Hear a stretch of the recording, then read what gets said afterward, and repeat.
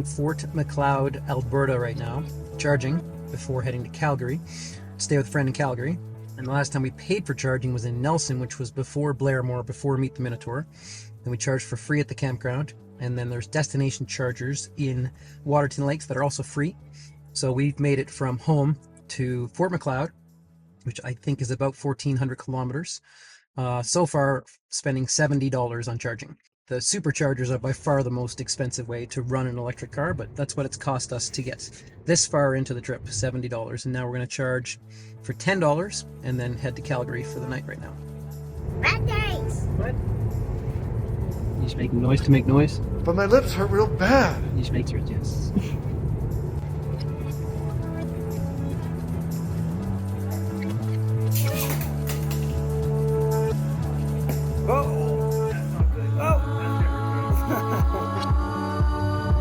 Alright, so we're driving from Calgary to Banff right now, and this is it. Seeing the Rocky Mountains through the foothills from Calgary. This is what I laid eyes on in 1996 when I flew to Calgary to move to Banff for what was going to be 6 months. This view right here, looking over the Rockies on your way in, changed my life. I saw the mountains from the airplane and knew I was never going home. And ever since 1996, I've lived in mountains, and this was this moment right here. Driving to Banff, I knew everything in my life would change.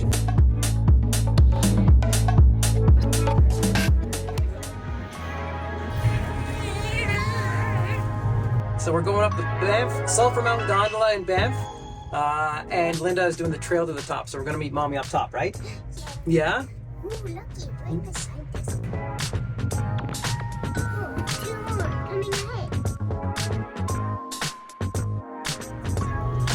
All right, we gotta get out.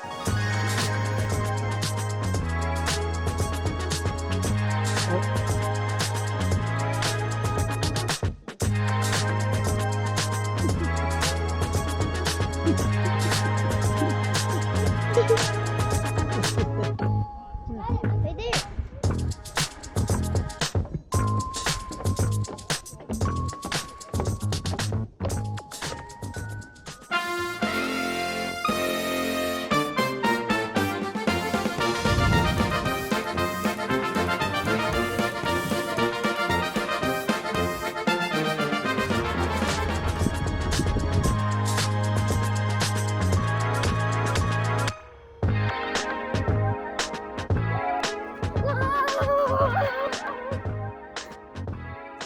All right, we are in the campground, and it is the very first time I have ever heard them say, all you can eat wood.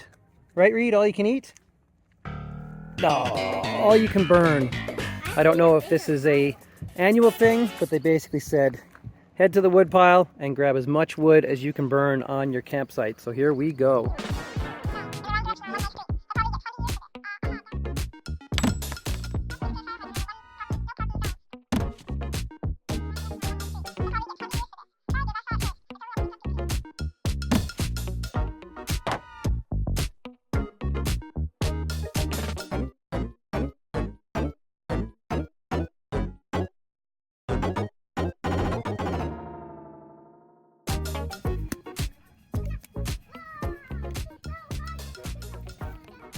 So for our camping coffee system, I lucked out and found an EcoFlow Delta on Craigslist for $250, and it's a battery pack that allows you to plug in devices of up to 1,000 watts, I think, and then the device has 1,500 watts of electricity.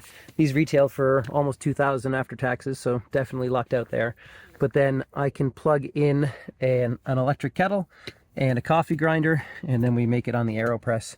And we don't have to purchase and use fuel for our stove, for our jet boil, as we've been doing for the last few years. So it's been a cost saver as well.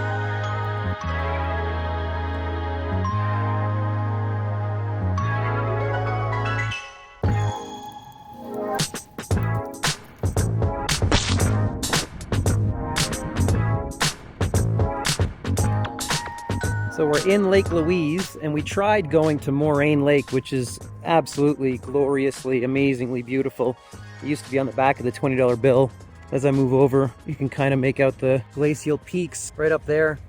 So there's a lake below those glacial peaks, and there's the Chateau Lake Louise, But anyways, it is madness. It's Canada Day. There's destination chargers for Teslas up there at the Chateau Lake Louise. I think they're for guests only though, and they were full, so we could not park up at the lake, so we decided to come down. So we're gonna take a lunch break here. We're gonna charge at about 55 kilometers an hour, free charging, and then we'll head out to Golden, our second to last stop on the trip here. Prepare ship for light speed. No, light speed is too slow. Light speed too slow? Yes, we're gonna have to go right to ludicrous speed. Ludicrous speed, go!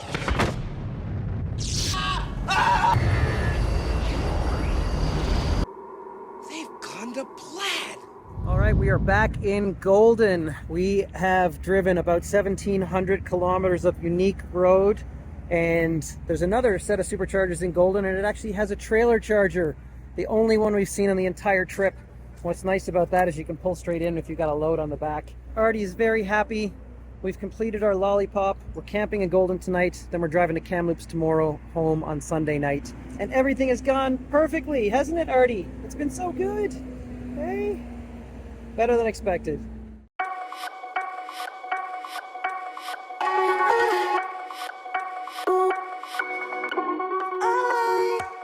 Day on the second last day on the road, last night of camping last night. We're leaving Golden right now. Up early, get out of there, and we're heading to our hotel for the night so that our son gets his reward of the 12-day road trip, which is a pool and a hot tub. Another beautiful day. I really lucked out with the weather. And our kiddo's in the back seat eating the blueberry muffin and reading a book right now, so I feel like we're doing all right.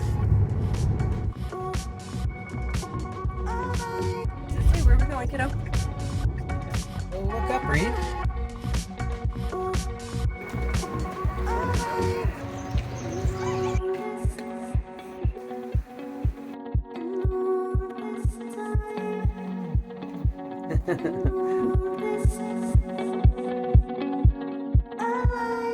Back in Sicamous.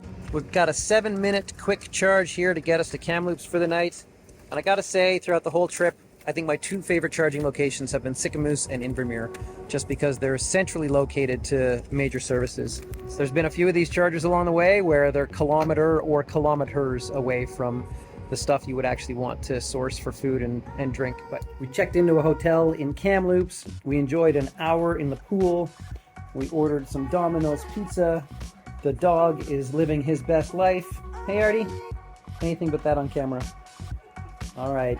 And I ran an extension cord out the window and to the Tesla to add the last kilometers to get it full overnight. So we're in Kamloops, just need a couple of charges left to get home. And one of the frustrations with the network is destination chargers are often private access through hotels only. So they have them, they show up on maps, but you are not allowed to use them unless you're staying at the hotel. Such as this hotel right here, but they are under locked garage. So destination chargers, you can find them when you're booking your hotels if you are worried about that, but they are only available to guests of the hotel. Our last day on the road, just left Kamloops at about 11:15. We're only 250 kilometers from home right now, 200 from our next supercharger in Hope.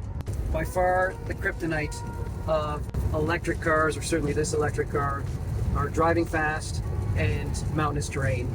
And then you add in a full load. We have about 600 pounds in this vehicle with people and gear and everything. And the second you get up into the 120 range, which is the speed limit here, your battery just starts disappearing. I mean, our burn rate right now is like 4 to 1, 3.5 to 1, which will not sustain. You do get regenerative braking on the downhills, which we're on right now, which certainly starts to help. But just getting up and out of Kamloops on a 120 kilometer speed limit highway, your battery just continues to click away. And I do recall now on the way out, the stretch from Merritt to Kamloops was the most stressful stretch for me. And now we're on that same stretch of highway right now. So I'm gonna back off a little bit, even go a little bit below the 120 speed limit, just to preserve the battery to get us all the way to Hope. So the $1 million question, what happens if you run out of battery entirely while driving an electric car? In a regular gas vehicle, obviously you go get a canister of gas and you top up and you go, call BCAA or equivalent, and they take care of you. To my knowledge, in Canada, or certainly BC, if you run your battery dry, you have to call a tow truck to get towed to a supercharger. I know in the US there are some companies that are working on portable battery packs so people can charge on the go. But to my knowledge right now, and someone can correct me if I'm wrong, if you run your battery flat, you're getting a tow truck. So you definitely want to really figure out the nuance of your energy usage based on the terrain and the weight that you've got and the speed that you're driving in your vehicle.